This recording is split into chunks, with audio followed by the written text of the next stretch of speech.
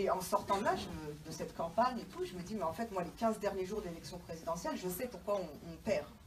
Bon, il y a Benoît Hamon, ça c'est sur le plan politique, on va dire, c'est-à-dire la candidature de Benoît Hamon prive Mélenchon du deuxième tour, c'est incontestable.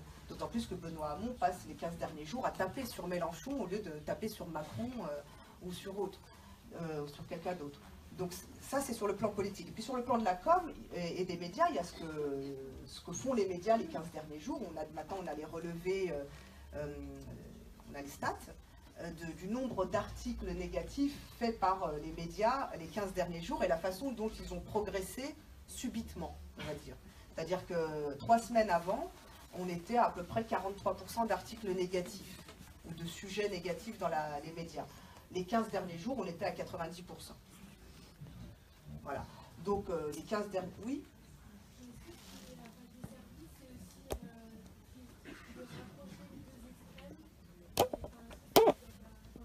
C'est justement ça, quand je parle des articles négatifs, par exemple, Le Monde, les 15 derniers jours, tous les jours, vous aviez une tribune ou un dessin de plan cul qui consistait à dire Mélenchon comme Le Pen, Mélenchon, Le Pen. Tous les jours. Mélenchon et Le Pen, même combat sur l'Europe. Mélenchon et Le Pen, tous les jours. Le Monde, c'était ça pendant 15 jours. Vous pouvez retrouver dans les archives, hein, ce ne sera pas difficile. Et donc, on a cette... c'est-à-dire que les 15 derniers jours, nous, on a les sondages qui n'ont pas été publiés, parce que vous savez que les 15 derniers jours, il y a interdiction de publier les sondages de prévision de deuxième tour. Donc, il n'y a pas les sondages de prévision de deuxième tour qui disent que Mélenchon battrait Macron au deuxième tour. Mais nous, on les a, ces sondages-là. Ils ne sont pas rendus publics, mais on les a. Et on sait que Mélenchon est au deuxième tour, c'est 15 jours, 3 semaines avant le premier tour. Dans les sondages, hein, encore une fois, dans les enquêtes d'intention de vote. Et les instituts avec qui on est en lien par téléphone, avec qui toutes les semaines on échange, BVA ou Sofres ou d'autres, nous disent on vous a baissé parce que si on vous met au-dessus de 20, mais vous êtes à 23. Moi j'ai entendu ça 3 fois, 3 semaines avant. Donc moi je le sais, je sais que tout le monde le sait. Je sais que tous les concurrents le savent, je sais que les médias le savent, et donc la machine se met en branle et pendant 15 jours, il s'agit de faire perdre ça. Et je pense que voilà ce qui se passe en gros. En sortant du premier tour, moi le soir du premier tour, au soir du résultat, je me dis bon, voilà quoi, c'est bon, on a bien résisté, mais je ne pouvais rien faire. 15 jours, vous êtes en charge de la communication de votre candidat, vous voyez le truc, et un jour, je me rappelle d'une réunion où je dis, mais en fait, on ne peut rien faire. On a 0 relais dans les médias.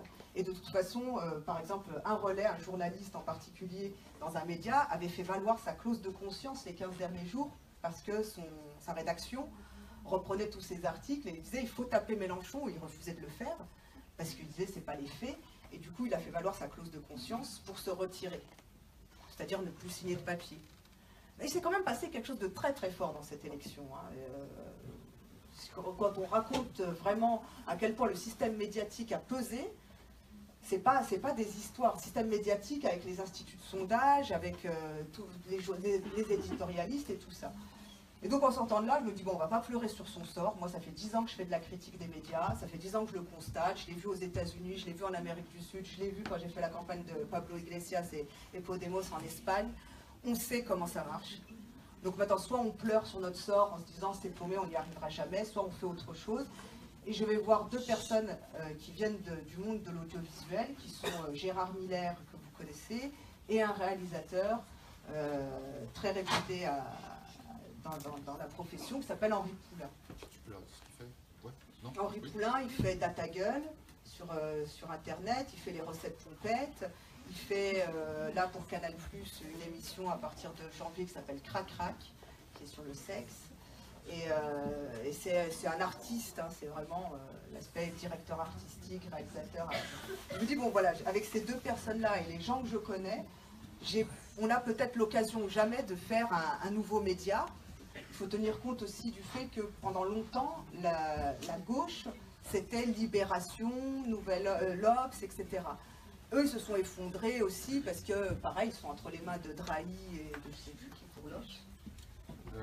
C'est le trio Pigasse avec le Ouais, c'est ça. C'est Niel. Voilà. Et du coup, on se dit, on va faire le média qui n'existe plus aujourd'hui. Comme l'IB est né dans les années 70 sur cette base-là de il faut un média de gauche, nous on se dit il faut un média qui représente le champ, l'espace culturel humaniste, progressiste, qui va de Mélenchon à Poutou. Il faut un média comme ça. On se dit on va pas faire un papier, puisque c'est plus ça qui fonctionne, on va aller sur le web et on va faire de l'audiovisuel sur le web. Et c'est comme ça que naît l'idée du média. Concrètement, elle naît en juin. Intellectuellement, elle naît vraiment en juin et concrètement en septembre. Donc c'est une idée toute récente qu'on a mise en place pour le média.